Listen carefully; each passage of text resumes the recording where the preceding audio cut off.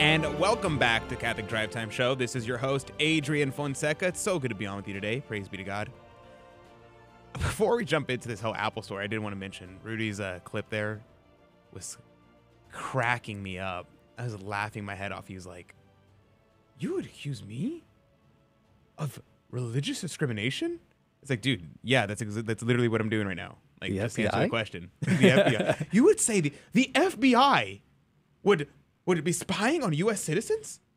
No, never. I was dying. I was like, this guy, is he serious? Like, is he joking? Pretty sure there's many cases where that's been documented. That's been officially released, we know. At the very least, at the very, very least. I was absolutely mind blown. He's like, are we spying on traditional Catholics? I don't know what that means. What do you mean by that? What do you mean, traditional? Just Catholics go to church.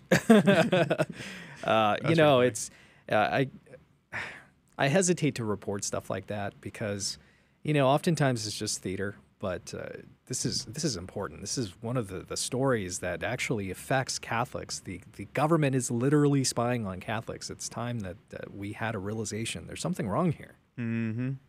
Yeah, that's a good point. And I think many people, we kind of just bury our heads in the sand and pretend that that's not happening. And until one day someone gets arrested, right? And then what are we going to do? What are we going to do? So we will definitely want to make sure we keep an eye on those stories. And I'm glad that people are actually bringing it up. And it's kind of funny to me hearing the phrase traditional Catholics said on the Senate floor. That's kind of amusing to me.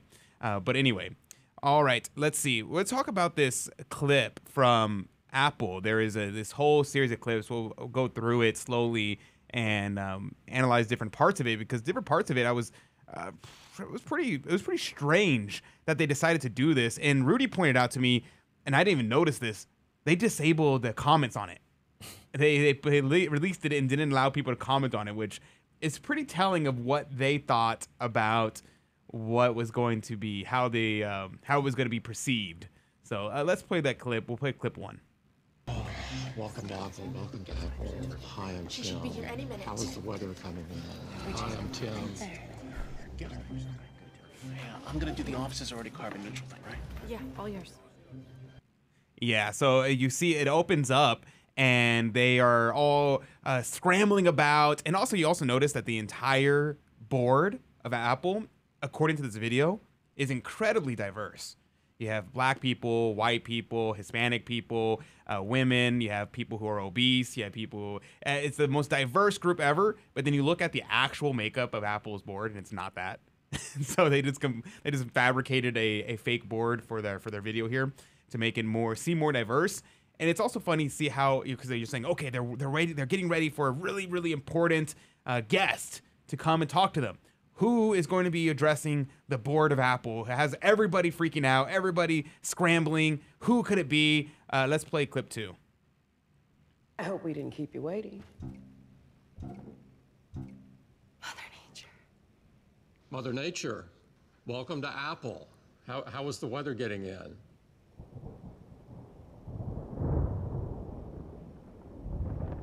The weather was however I wanted it to be. That was too dramatic. Let's cut to the chase. In 2020, you promised to bring Apple's entire carbon footprint to 0 by 2030. Henry David Thoreau over here said we have a profound opportunity to build a more sustainable future for the planet we share. I think our 10 o'clock said the same thing. They all do. All right. This is my 3rd corporate responsibility gig today, so who wants to disappoint me first? Yeah. So, the line that gets me was, "This is my 3rd one today." Like, it's honestly very telling, because they're basically telling you, yeah, this ESG stuff, this whole environmental stuff, is so prevalent. It's coordinated. It's coordinated, and it's at every single company. They're addressing every single company. We're all got to get behind it. We're all going to be addressing this, and the biggest companies in the world are bowing down to it.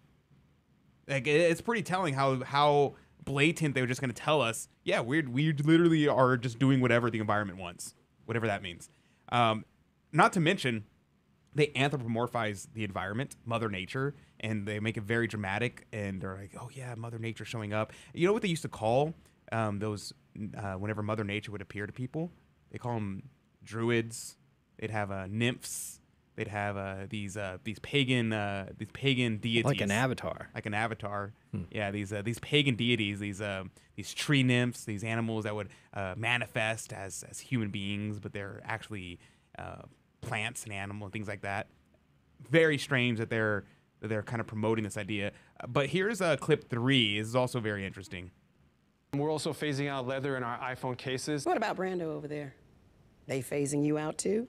Yeah. So that part I wanted to play because what is they pushing here? Anti-leather. They're pushing this idea that we got to stop killing animals because killing animals is yucky. We don't want to do that. But I mean, Rudy will tell you leather is superior. It lasts forever. It lasts forever. It's literally the most perfect. It's the most perfect material.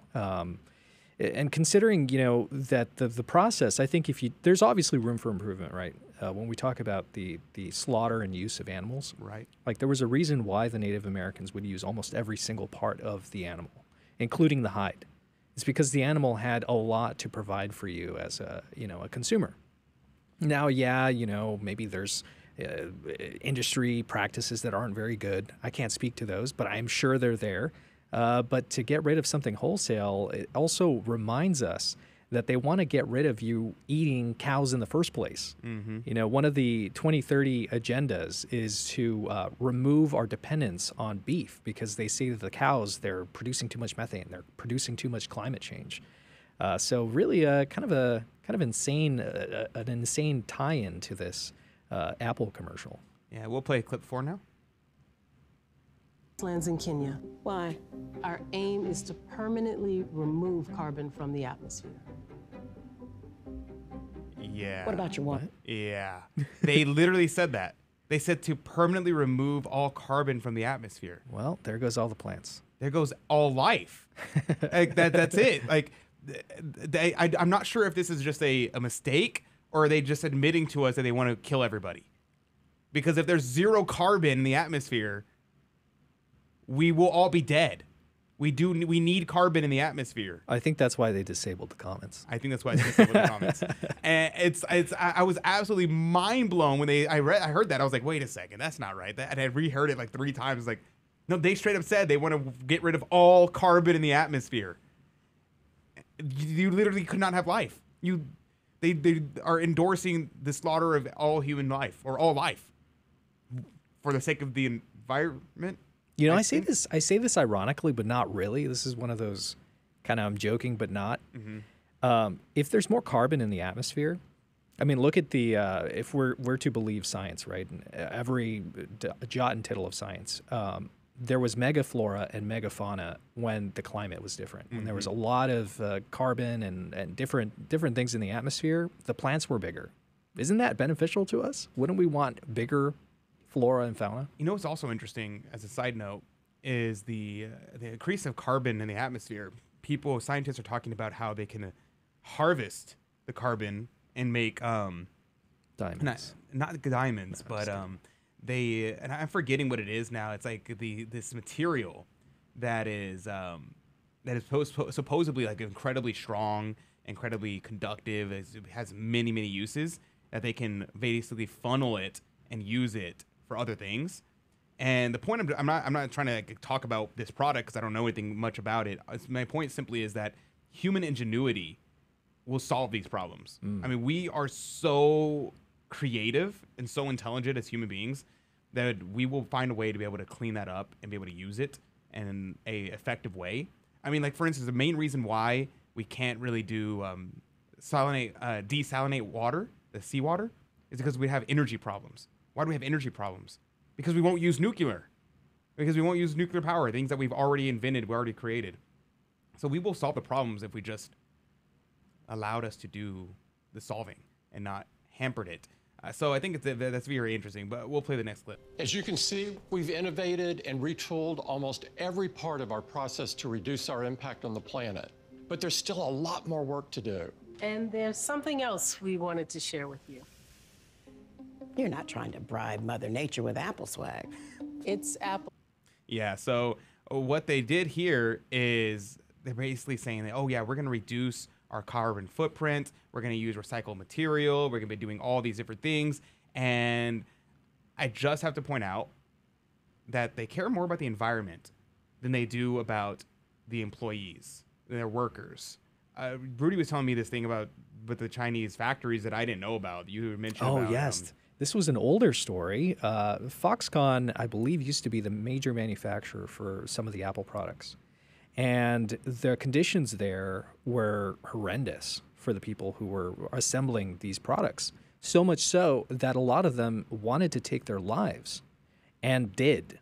And so what did the company do? Did they improve the working conditions there? No. They added nets so that people wouldn't die from falling off, from jumping off the upper stories. And then they started, moving their production elsewhere. Wow. They would move them out in different companies and things like that. But this was in China. And so by using recycled material and all these other things, they reduce the cost for themselves. And by making the packaging smaller and able to transport more in one single ship, they reduce the cost for themselves. By doing the work in Chinese factories, they're reducing the cost for themselves.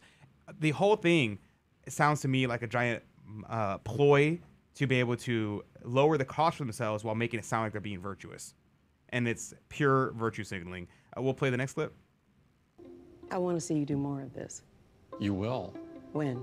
By 2030, all Apple devices will have a net zero climate impact. All of them? All of them. They better. They will. Or else. Yeah, there you go. They're like, you better. Or else. Like, are they better or what? Or what? Mother Nature's going to come and be angry at us? Or your crops. Did you see what I did to the Aztecs? I ruined their crops. Dude, it's mind-blowing. Because they literally think that if they don't do this, Mother Nature's going to be mad at them. Mother Nature's going to do something to them. Like, as if Mother Nature is a real thing that can actually have a mind, have a soul. There is no such thing as Mother Nature. Only in an analogous way can we talk about that. And also, you did hear them admit to Agenda 2030. So everyone talks about Agenda 2030, and they think it's a conspiracy theory, even though every company and every major government release official statements about it, and it's not some hidden thing. It's out in the public, and yet people still think, oh, that's a conspiracy theory. But let's play that last clip. Good. See you next year. Don't disappoint your mother. Yeah. So there you go. They don't disappoint your mother, they say. Don't disappoint your mother. And they say, good, we'll be back next year. And what do we see here? We see this pagan worship of Mother Earth. And two, it's an admonition of the ESG. It's an admonition that these environmentalists control all these major companies. And so I think it's something that we have to keep in mind, something that we have to be aware of. Whenever we see these things, it's a massive media manipulation. The good news is most people are not buying it. When we come back, New York City residents are blocking migrants from entering the city. That's interesting.